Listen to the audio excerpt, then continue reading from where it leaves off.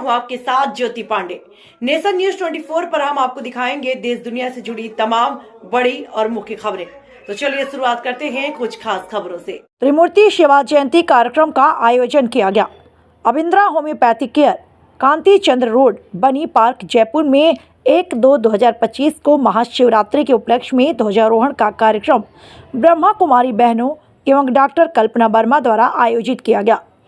इस कार्यक्रम में राजयोगिनी बीके लक्ष्मी दीदी ने महाशिवरात्रि के महत्व के बारे में बताया कि सुखी एवं संपन्न जीवन का अखंड सूत्र राजयोग मेडिटेशन है।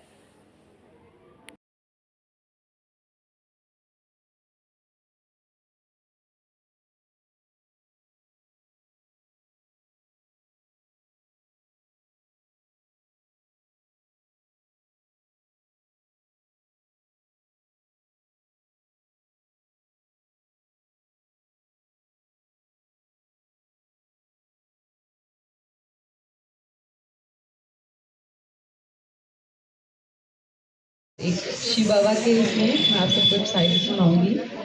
लोग कहते हैं अगर हाथों में लकीर अधूरी हो तो अच्छी किस्मत नहीं होती।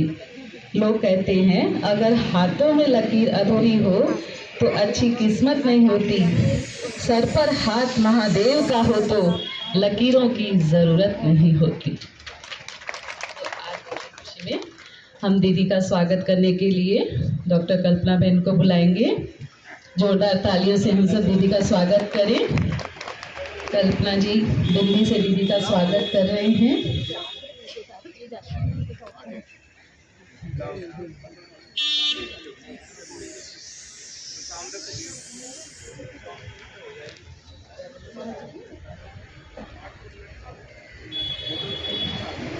साथ साथ में डॉक्टर उमेर भाई जी आप भी आएंगे, दीदी का स्वागत करेंगे मंच पर।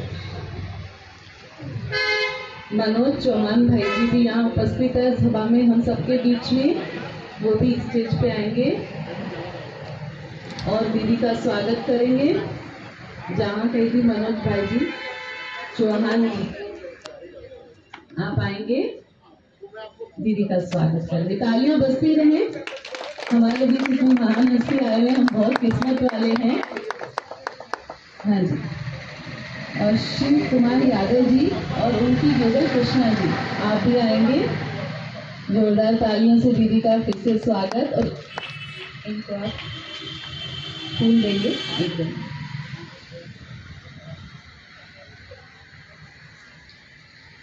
शिव कुमार यादव जी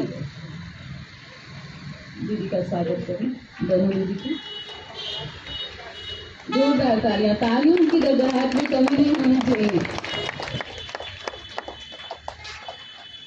अश्विनी कुमार सलोंकी और सरोज दोनों आएंगे, ये भी युगल हैं।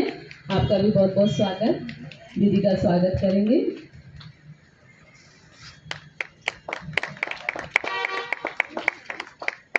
और इसी अपार्टमेंट में से रेखा जी आए हुए हैं हम सबके बीच, आप भी आइए रेखा जी।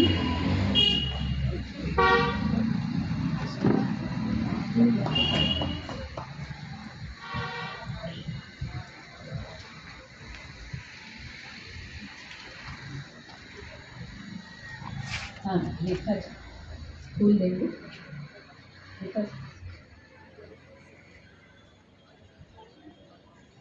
सुनीता रावत आप भी आइए, दीदी का स्वागत करेंगे। तालियां कैसे कम हो गई।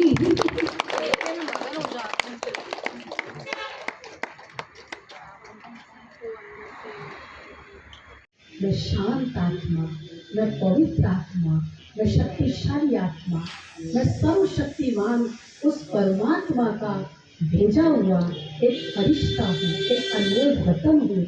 मैं भगवान का बच्चा हूँ। मैं शब्द नहीं बोलना, और जहाँ मेरापन आता है मैं निमित्त मात्र कराने वाला हूँ। मैंने क्या किया, क्योंकि सारी गड़बड़ ये मैं जितना करोगे उतने मैले होते जाओगे, और जितना तेरा करोगे तो तर जाओगे। सबसे बड़ी बात ये, क्योंकि जीवन नैया को हम कहते हैं पार लगाओ, मेरी नैया को ठिकाने लगाओ। तो नैया को ठिकाने वो थोड़ी लगाएगा, नैया के लिए दो तो सही, उसके हवाले तो करी नहीं, नैया तो खुद ले रखी है हमने छोड़ा ही कहाँ उसके ऊपर, छोड़ा ही नहीं है। आपने कहानी सुनी निश्चय की गरीब की? एक निश्चय की बहुत सुंदर बात मैं आपको सुनाती हूँ। एक बार एक पंडित जी थे और वो रोज कथा में कहते थे राम राम कहने से नैया पार हो जाती है। एक बूढ़ी गरीब माता रोज सुनती थी और वो नदी पार करके आती थी। उसको निश्चय हो गया कि राम राम कहने से नैया पार हो जाती है। वो रोजाना पार करके ऐसे आ जाती थी। एक दिन उसने पंडित जी को बोला आज हमारे भोजन करने चलो आप। पंडित जी का बिल्कुल चलेंगे। जैसे पंडित जी गए और बूढ़ी माता को बोला चलो भाई। जैसे किनारे पर आए बोले नाव कहाँ है? बूढ़ी माता को बोला नाव तो कहाँ, आप ही तो रोज कहते हो राम राम कहने से नैया पार हो जाती है, मैं तो राम राम करके चली जाती हूँ। पंडित जी घबरा गए, समझ गए। और वो बूढ़ी माता तेज थी, पंडित जी को खींच के ले गई, चलो रोज रोज मेरे को सिखाते हो। अब पंडित जी बेचारे डूब गए और माता जी पार हो गई।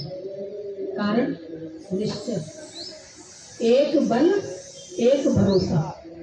वो बोलते थे और वो करती थी, समझ गया? वो बोलते थे, ज्ञान सुनाते थे, उसे ज्ञान को स्वरूप मिला है।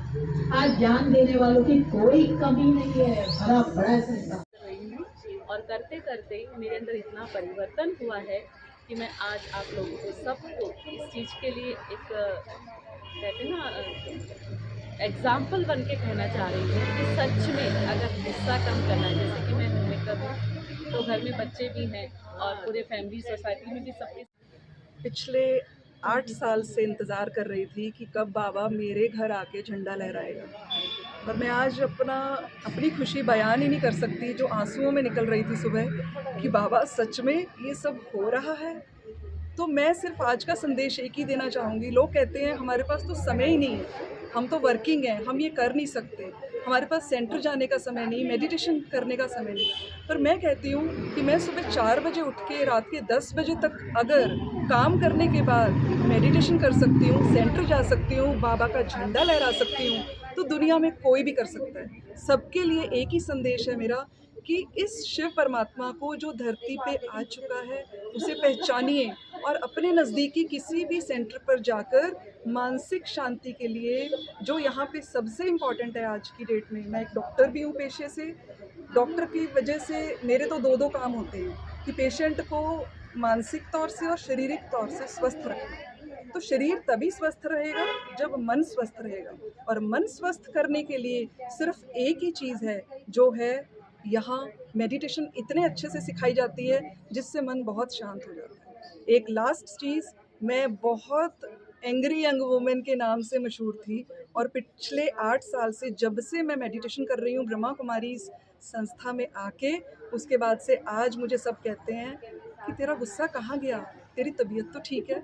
मेरी आवाज़ में, मेरे गुस्से में और बहुत सारे संस्कारों में बहुत बदलाव आया है। लोगों की बहुत धारणाएं डिफरेंट भी हैं, पर गलत चीज़ों की तरफ ना जाते हुए जो यहाँ सबसे अच्छी चीज़ मुझे लगती है कि एक लाइफस्टाइल आ जाता है। जो दीदी ने आज हमें बताया था, एक हमारा लाइफस्टाइल जैसा होना चाहिए, वो सिर्फ़ और सिर्फ मुझे सिर्फ इस ब्रह्मा कुमारी संस्था से ही मिला। इसलिए मेरा सबसे अनुरोध है, आज तो पहला दिन है, शिवरात्रि तक सब लोग एक प्रण लें कि ये झंडा हर घर में लहरेगा और हर लोग मानसिक शांति के लिए यहाँ मेडिटेशन करने ज़रूर आएंगे ब्रह्मा कुमारी संस्था। अपना नाम बता दीजिए। मेरा शुभ नाम डॉक्टर कल्पना।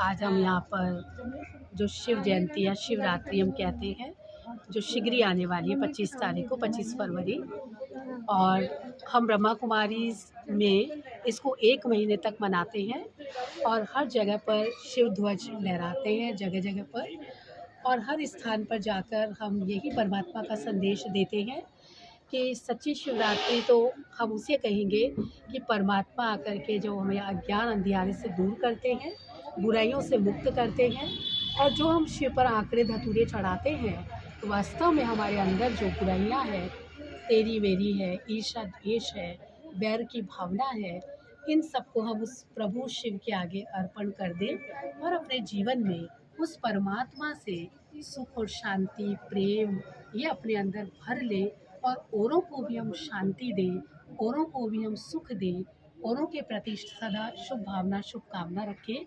ये शिवरात्रि हमें ये संदेश देती है, जैसे शिव जी ने विष पिया तो हमें भी दूसरों की बुराइयों को ना देखते हुए उनकी अच्छाइयों को देखना है, बुराइयों को नज़रअंदाज करना है और हमें देने की भावना कभी नहीं छोड़नी है। कोई हमें कुछ भी दे, लेकिन हमें उन्हें शांति देनी है, शक्ति देनी है, ज्ञान देना है, रिस्पेक्ट देना है, लव देना है। यही संदेश आज की इस जो हमने शिवरात्रि का पहला झंडा यहाँ लहराया है, उसका हम यही संदेश आप सभी को दे रहे हैं। इन्हीं शुभकामनाओं के साथ ओम शांति। अपना नाम बता दें। नाम है ईश्वरी का राजयोगिनी लक्ष्मी बहन जी और साथ में दीप्ति बहन।